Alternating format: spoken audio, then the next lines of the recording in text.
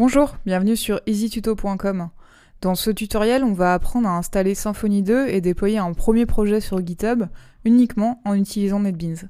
Donc voyons ensemble quels sont les prérequis pour suivre correctement ce tutoriel. Donc vous aurez besoin de la version 7.1 de NetBeans parce qu'on va utiliser en fait deux plugins qui sont compatibles uniquement avec cette version. Les deux plugins c'est Symfony 2 et le plugin Twig. Ensuite, vous devez avoir Git installé sur votre machine. Vous devez avoir un compte GitHub que vous pouvez ouvrir gratuitement sur github.com.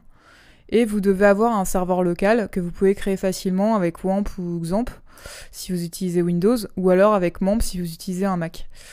Ou alors, si vous avez un serveur distant, vous pouvez également l'utiliser. Voilà, donc dans un premier temps, pour démarrer le tutoriel, on va aller télécharger Symfony 2. Donc je vous invite à vous connecter sur l'URL symfony.com/download. Donc dans cette rubrique, vous pourrez télécharger la dernière version de Symfony. Donc nous, on va utiliser la version Symfony standard en format zip avec les vendors. Les vendors, c'est par exemple Doctrine 2 ou alors le moteur de template Twig. Donc ça, on en a besoin et voilà, donc on prend ce dossier, ce sera plus simple. Donc vous cliquez sur Download. Voilà. Et vous allez copier l'archive zip directement dans votre répertoire local, le dossier racine. Donc moi, il s'appelle htdoc, mais si vous utilisez XAMPP ou WAMP, ça peut s'appeler 3W ou... voilà, ça dépend, c'est votre configuration habituelle. Donc vous prenez le dossier zip et vous le collez dans votre dossier au niveau de la racine. Voilà. Ensuite, vous ouvrez NetBeans. Voilà.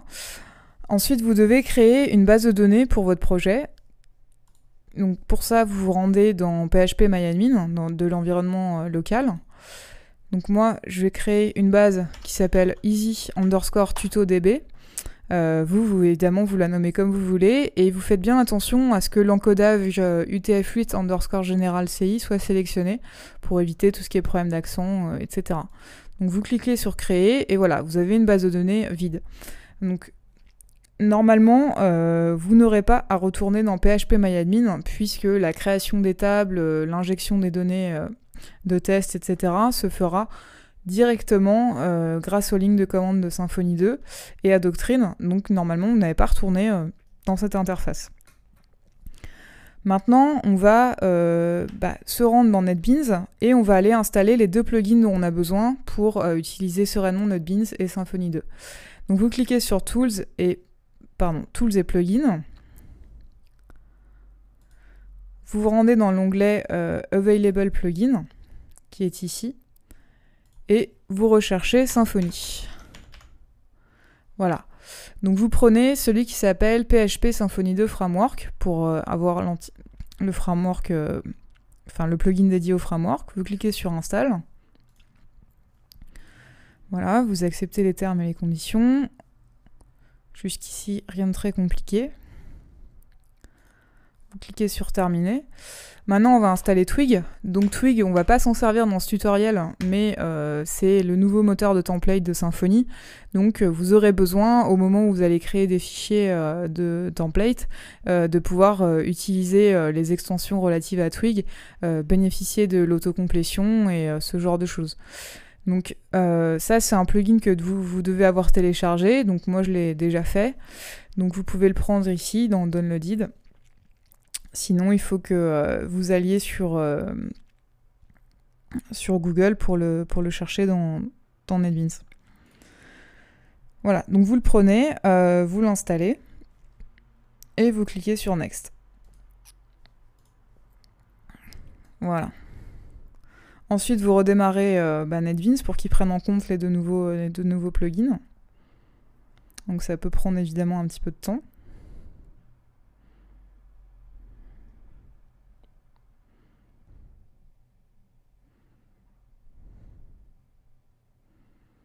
Voilà, donc NetBeans a redémarré.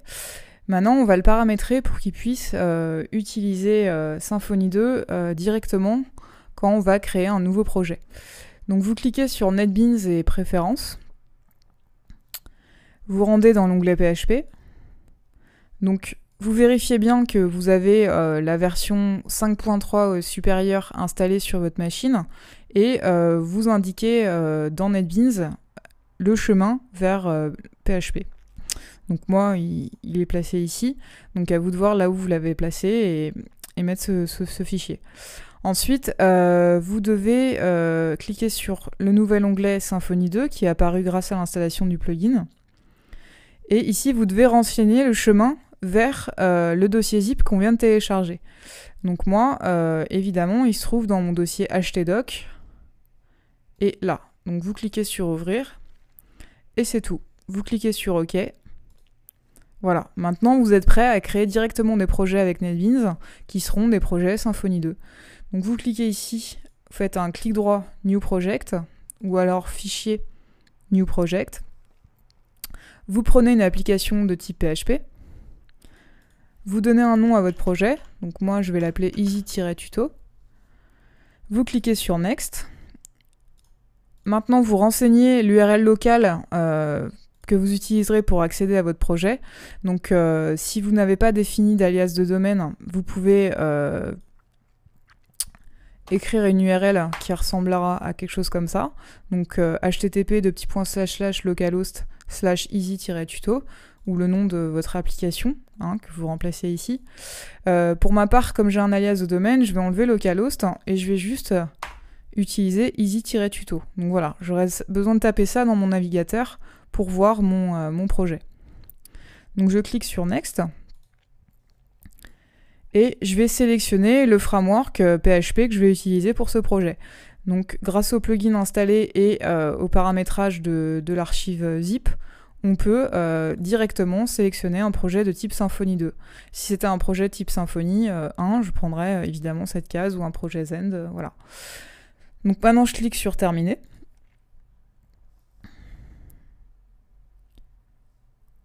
Voilà, et donc là, NetBeans est en train de générer mon projet avec directement tous les dossiers natifs d'une application Symfony 2. Donc j'ai bien mon dossier app, les logs, dossier bin, source avec les bundles de démo, voilà, enfin tout ce qu'on aurait dans un projet classique Symfony 2, un dossier web, etc. Maintenant, on va paramétrer notre projet et le fichier parameters.ini. Donc, je pourrais directement l'éditer ici, mais je vais utiliser l'interface graphique de Symfony 2 parce que elle est assez sympa. Donc, on va ouvrir Google Chrome et on va se rendre à l'URL de notre projet. Donc déjà, dans un premier temps, j'ai pas fait quelque chose de très important, c'est donner les droits en écriture sur le dossier cache et le dossier log de mon application, ainsi que sur le fichier parameters.ini. Donc pour ça, vous vous rendez dans votre dossier que vous venez de créer, qui s'appelle, donc pour ma part, easy-tuto. Vous ouvrez le dossier app, et vous prenez le dossier cache, et vous lui donnez les droits en écriture pour l'admin et pour les droits publics. Voilà, maintenant on va donner ces droits au sous-dossier également. Donc ici. Voilà. Je fais la même chose pour le dossier log.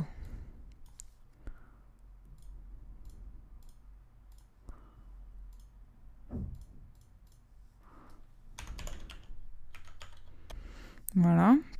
Et je l'applique aux éléments inclus également. Enfin, le fichier parameters.ini qui est très important, c'est celui qui va contenir en fait les indications concernant notre base de données, etc. Donc lui également, lecture-écriture. Voilà, il n'a pas. C'est un fichier, donc on le laisse comme ça. Donc voilà, ça c'est fait. Maintenant, on va se rendre donc à l'URL de notre projet. Donc, moi, je l'ai déjà fait un raccourci dans mon navigateur, mais vous voyez, j'ai bien mon URL qui commence par easy-tuto, et ensuite, je lui donne le chemin vers le dossier web /app_dev.php. Donc le dossier web, c'est ce qui contient les dossiers publics de mon application. Donc ce sera par exemple mes styles CSS, mes images, mon dossier upload, etc. Et ensuite, le fichier app_dev.php, c'est en fait le contrôleur qui est dédié à l'environnement de développement, qui me permet d'avoir la debug bar qui est en dessous, ici, et ce genre de choses. Évidemment, en production, on aura paramétré un node virtuel pour que notre dossier web soit pointé directement par le nom de domaine. Donc ça c'est pareil, on le verra dans un prochain tutoriel. Donc maintenant on va configurer notre base de données, donc c'est très simple, on clique sur le bouton configure qui se trouve ici. Donc ça c'est vraiment une nouveauté Symfony 2 parce que dans la version 1 on n'avait pas d'interface graphique pour éditer les configurations de notre base de données, il fallait directement éditer un fichier YAML. Donc ici on remet le nom qu'on a saisi tout à l'heure dans phpMyAdmin, le nom de notre base de données.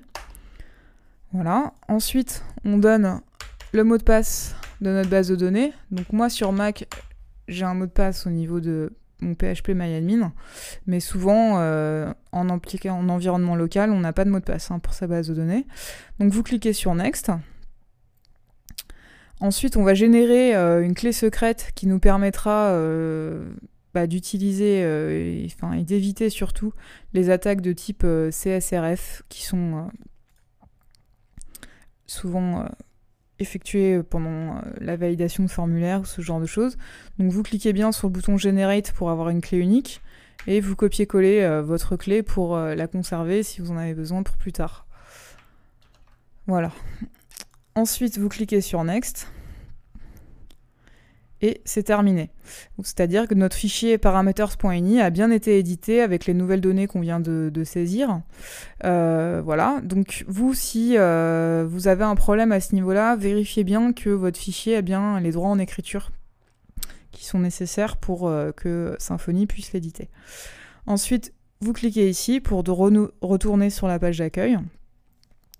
Et voilà, votre projet Symfony est paramétré. Donc ici, vous pouvez voir des démos de certains bundles. Donc par exemple là, on pourrait avoir un Hello World classique. Donc ici, ça affiche Hello World. En dessous, on a le code qui permet d'afficher ce Hello World. Donc ici, on a la route. Ensuite, ici, on a l'action avec en paramètre $name qui en fait correspond à la variable dynamique qui est contenue dans la route. Donc ça, c'est aussi une nouveauté Symfony 2. Maintenant, on a des variables dynamiques. Donc on peut tout simplement, en changeant dans l'URL le mot world, par son prénom par exemple, on peut afficher hello, Marie dans mon cas. Voilà, donc tout simplement, grâce à cette route dynamique. Et en dessous, vous avez le code du template qui est généré grâce à Twig. Donc ça aussi, on le verra un peu plus tard, Twig, pour faire de l'héritage de thèmes, etc. Donc c'est vraiment tout ce qui est partie graphique de notre application. Voilà, donc ça c'était pour la partie numéro 1 du tutoriel consacré au développement d'une application, à l'installation d'une application Symfony 2 grâce à NetBeans. Maintenant, on va passer à la génération d'un répertoire GitHub pour déployer ce premier projet sur GitHub et initialiser en fait notre versionning. Voilà, donc c'est parti. Donc je vous invite à vous rendre sur GitHub. Donc si vous n'avez pas de compte, il faut que vous en créez un. Donc moi j'en ai déjà un qui est ici, donc je suis loguée en tant que Easy Tuto. Et je vais créer un répertoire pour stocker mon premier projet. Donc ici je clique sur Create a Repository. Voilà, donc je vais lui donner un nom. Donc comme d'habitude, easy-tuto.com, c'est ce qui me paraît le plus approprié.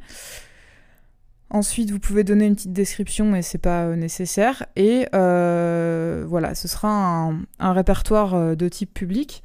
Si vous vouliez que votre répertoire soit privé, c'est-à-dire qu'il soit accessible uniquement par vous et vos collaborateurs, vous devez avoir un compte payant. Donc si vous cliquez sur Private, il va vous demander d'upgrader votre compte.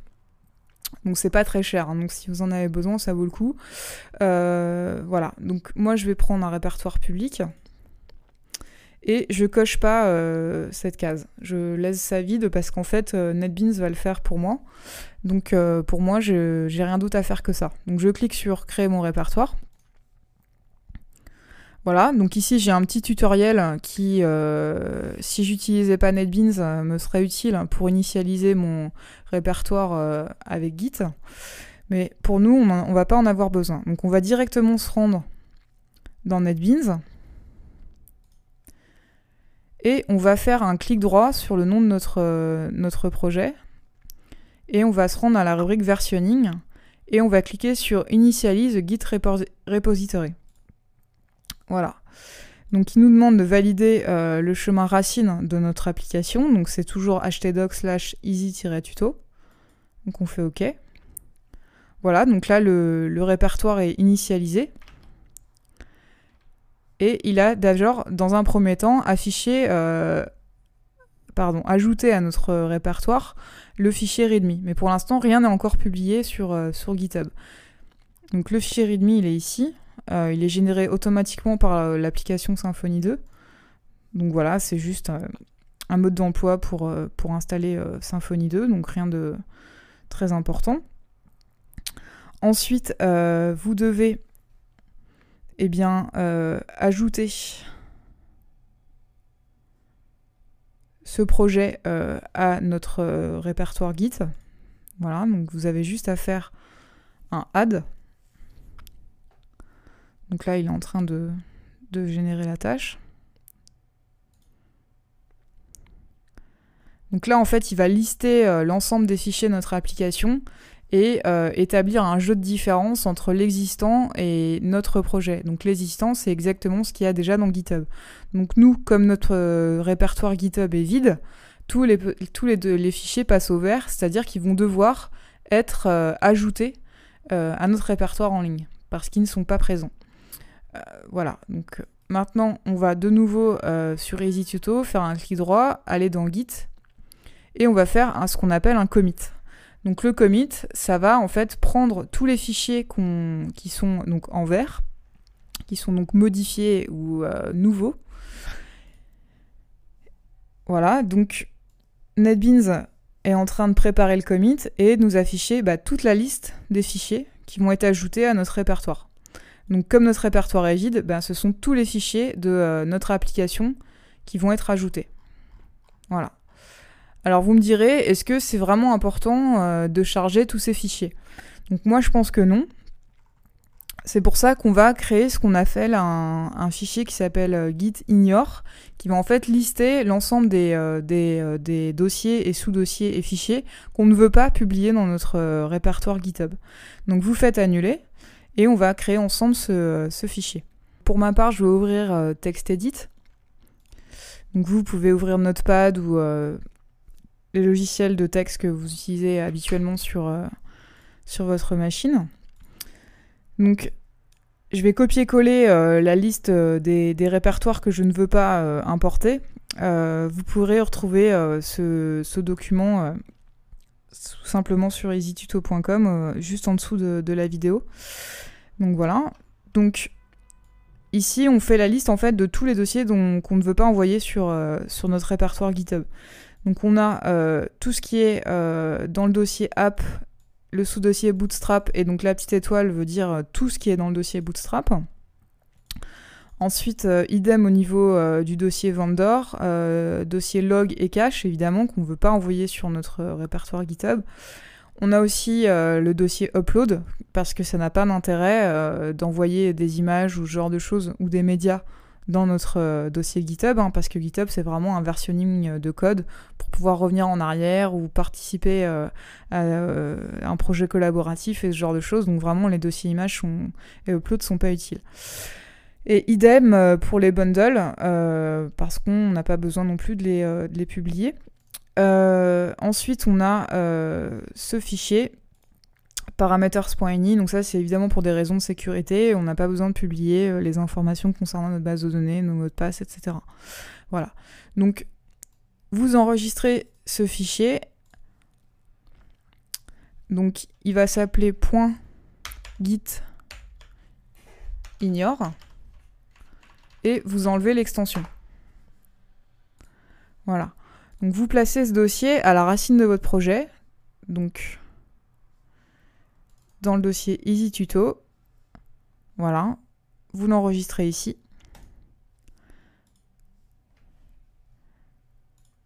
Et c'est tout. Donc maintenant qu'on a ce dossier, on va de nouveau effectuer un commit. Et il devrait prendre tous les fichiers et dossiers de notre application, excepté ceux qu'on vient de décrire dans ce fichier. Voilà, donc on voit qu'il l'a pris en compte ici, parce que déjà il cherche à le publier. Et normalement, effectivement, tous les fichiers qui sont là sont uniquement les fichiers qui m'intéressent. Donc ici, vous pouvez placer un message de commit. Donc le mien, c'est tout simplement first commit easy-tuto.com. Ici, vous avez un nom d'auteur. Donc ça dépend de ce que vous avez paramétré lors de votre installation de Git. Donc moi, c'est tout simplement Marie et puis mon adresse email. Et voilà, donc tout me semble OK. Donc je vais cliquer sur commit. Voilà. Donc maintenant, ce qu'il reste à faire, c'est publier ces fichiers sur mon répertoire GitHub. Alors, pour ça, vous allez avoir besoin de générer ce qu'on appelle une clé SSH qui va vous permettre en fait d'entrer en connexion avec le serveur de GitHub. Donc pour ça, vous vous rendez...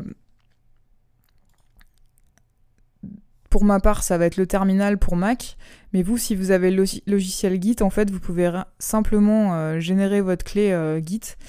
Et si vous avez des questions, en fait, je vais vous donner l'URL d'un tutoriel qui est fourni par GitHub, qui est très simple à suivre pour générer sa clé sur Windows. Donc voilà, il suffit de vous rendre à l'URL qui s'affiche en dessous, et vous pourrez tout simplement créer votre clé. Donc je vais suivre les informations qui sont données par GitHub pour générer sa clé. Et une fois que j'aurai ma clé, j'irai l'insérer en fait dans la rubrique SSH Keys qui est présente ici. Et ici, vous voyez, il y a un bouton pour ajouter sa clé. Donc on donne un nom à sa clé. Et ici, on collera la clé obtenue. Donc pour ça, vous pouvez suivre, donc comme je vous disais tout à l'heure, des tutoriels qui sont fournis par GitHub qui se trouvent juste ici. Donc moi, il va me rediriger automatiquement vers le tutoriel pour générer une clé sur Mac. Mais vous, si vous êtes sur Windows, il vous suffit de cliquer là et de suivre les instructions qui sont ici. Donc vraiment, ça va très vite et c'est très simple. Ou sur Linux, vous cliquez ici. Donc c'est pareil, il faut que vous téléchargiez Git et que vous l'installiez. Voilà. Donc moi, je vais utiliser donc le terminal pour générer ma clé. Donc voilà. Donc c'est parti. Donc je vais me mettre au niveau de mon dossier SSH pour qui est en fait l'endroit où se trouvent toutes les clés SSH que je peux posséder aujourd'hui. Donc j'en ai déjà plusieurs. Donc par mesure de sécurité, je vais créer un dossier de backup pour conserver les clés que j'ai déjà qui me servent pour d'autres applications. Donc ça m'ennuierait de les perdre. Donc mkdir backup 3 parce que j'en ai déjà 2. Dedans, je vais copier toutes mes clés RSA actuelles. Voilà. Dans le dossier backup 3. Voilà. Ensuite, je vais les supprimer pour pouvoir laisser la place aux nouvelles clés que je vais créer. Voilà. Donc maintenant que mon dossier SSH ne contient plus de clés, je vais pouvoir en générer une nouvelle. Donc on fait SSH -keygen -t RSA-c et l'adresse email qu'on va utiliser pour cette clé. Donc moi c'est m@gmail.com. gmail.com. Donc vous, évidemment, vous saisissez votre adresse email.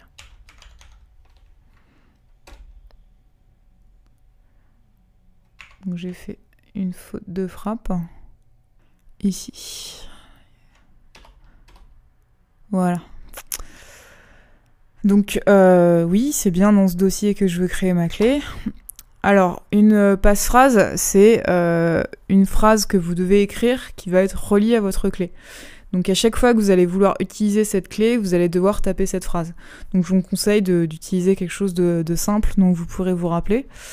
Donc vous la tapez et vous voyez pas ce qui s'affiche à l'écran, hein, par mesure de sécurité.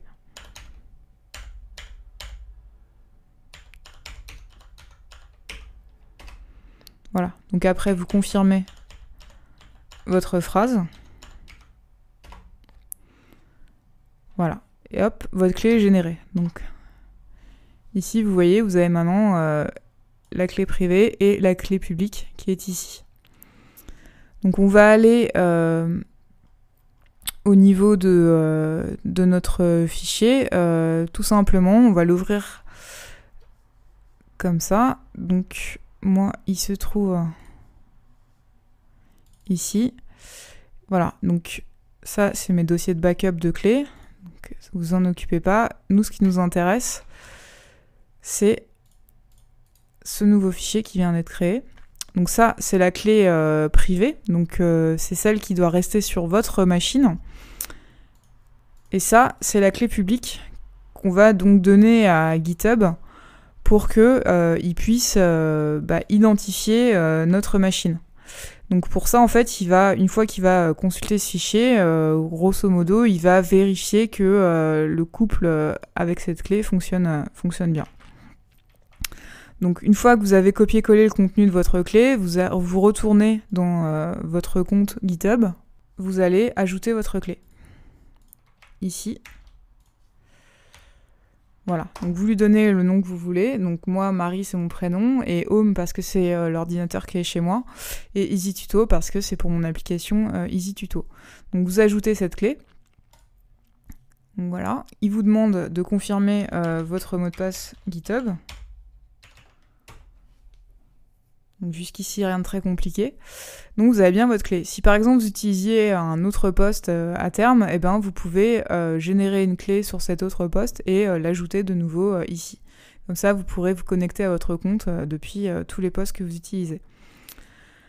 Ok, donc maintenant qu'on a fait ça, on va pouvoir directement dans NetBeans publier les fichiers qu'on a placés en commit et qui donc attendent d'être placés dans notre répertoire. Donc maintenant, on va donc publier ces fichiers dans notre répertoire GitHub.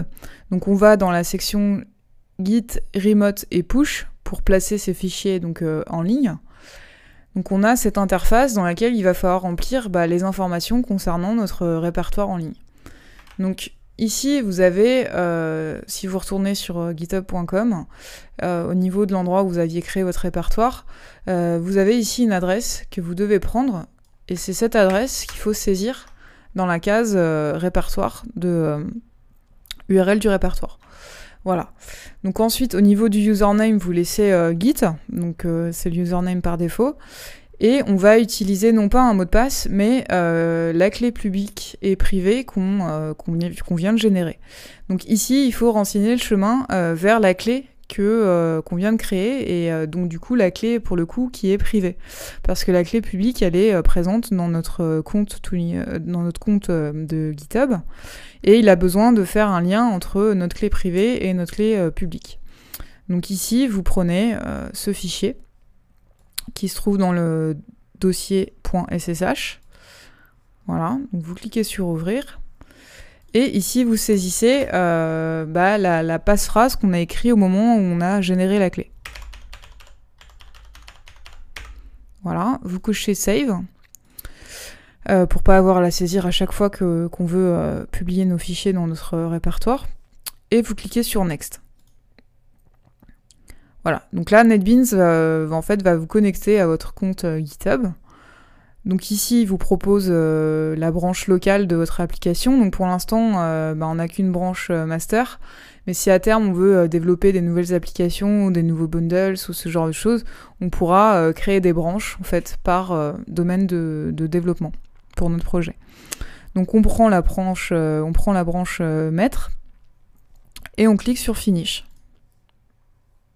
Voilà. Donc là en fait tous les dossiers et fichiers de notre application sont en cours de publication dans notre répertoire GitHub. Ici, vous avez une sortie pour vérifier ce qui se passe. Donc vous voyez ici, voilà. Donc résultat OK. Et vous pouvez maintenant consulter votre répertoire en ligne pour voir si vos fichiers ont bien été publiés. Donc vous actualisez. Et voilà, maintenant vous avez un répertoire complet avec l'ensemble des dossiers qu'on a demandé de publier et qui ne figurent pas dans ce fichier gitignore qu'on a créé tout à l'heure. Voilà. Donc pour résumer, on a appris à installer Symfony 2 grâce à NetBeans. On a aussi déployé notre premier projet sur notre compte GitHub. Voilà, je vous remercie pour votre attention et puis je vous dis à bientôt.